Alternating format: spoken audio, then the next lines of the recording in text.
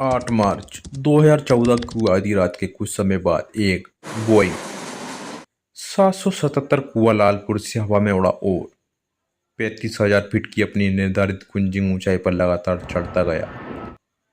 Air traffic control और frequency switch करने के निर्देश के बाद पायलट ने विनम्र लेकिन व्यवस्थित तरीके से जवाब दिया है। मलेशिया एयरलाइंस की फ्लाइट MH370 से प्राप्त होने वाला आखिरी संदेश था। एक दशक बीत चुका है जब विमान चीन के लिए नियमित उड़ान के दौरान अचानक रास्ता भटक गया था और गायब हो गया था, लेकिन इतिहास की सबसे बड़ी और सबसे महंगी बहुराष्ट्रीय खोजों में से एक के बावजूद विमान सबसे बड़े रेसों में एक अभी भी अनसुलझा है।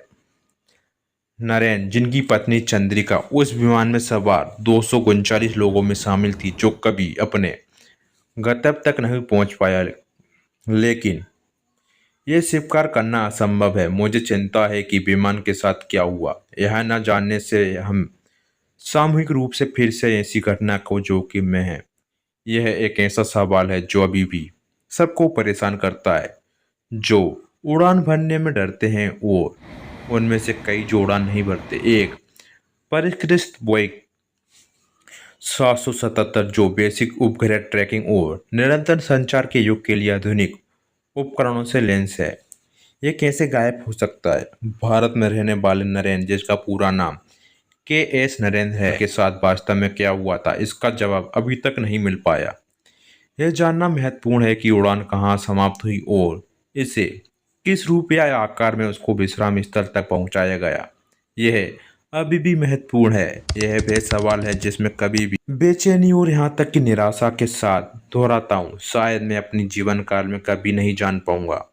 इस दुर्भाग्यपूर्ण उड़ान का संचालन करने वाले लोगों के परिवार के भीतर भी उत्तर की चाहत सुलग रही होगी, क्योंकि आरोप और पंचतंत्र के सिद्धांत घूम रहे हैं। विमान के कैप्टन जाहिर अहमद शाह के मित्र डॉक्टर गौस मोहम्मद नूर कहते हैं कि कैप्टन जाहरी का परिवार अभी भी जवाब की उम्मीद कर रहा है। अभी भी इस पर कोई निष्कर्ष नहीं निकला। जो कुछ हुआ उसका स्पष्टीकरण होना चाहिए। उसकी पत्नी और बच्चे निष्पक्ष हैं, लेकिन बड़ा सवाल यह है कि क्या मामला सुलझा जाएगा। हर किसी को समाधान की जरूरत है। मैं दिन रात प्रार्थना करता हूँ कि यह विमान मिल जाए। हम हर प्रयास और आगे बढ़ाए जा रहे हैं। इन प्रयासों का समर्थन करेंगे फवाद सारूजी, जिन्होंने MH370 के लापता होने के समय मलेशिया एयरलाइंस के संकट निर्देशक के रूप में काम किया था, कहते हैं कि जाहिर का परिवार अलग अलग पड़ गया या क्योंकि वे पायलट से जुड़ी साजिश की थ्योरी से जूझ रहे हैं।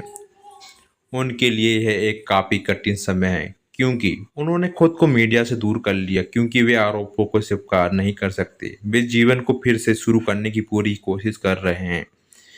विमान के गायब होने के बाद कुछ दिनों में इतनी कम जानकारी उपलब्ध थी कि खोज के क्षेत्र मध्य एशिया के काजाकिस्तान को लेकर अल्टाट्रिक तक फैला हुआ था।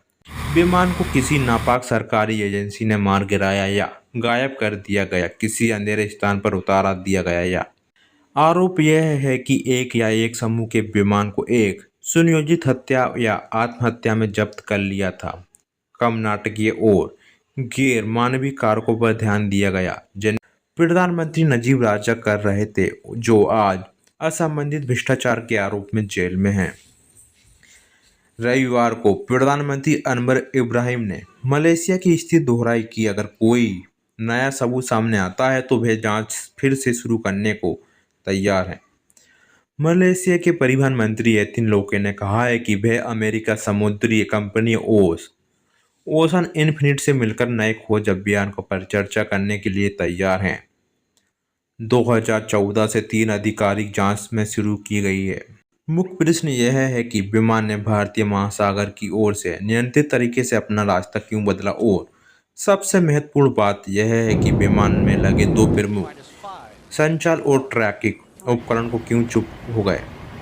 इससे 53 वर्षीय जाहिर और 27 वर्षीय सह पायलट फरीक अब्दुल हामिद पर बहुत अधिक ध्यान दिया गया, जिन्होंने 10 लोगों को के दल के नेतृत्व में किया था। दुष्ट पायलट सिद्धांत को तब और अधिक हवा मिली जब जाहिर के स्वाभाविक वाले एक स्वनिर्मित उड़ान में स्यूक्लेट से प्राप्त डेटा से पता चलता है कि किसी ने दक्षिणी हिंद महासागर की एक मार्ग की योजना बनाई थी।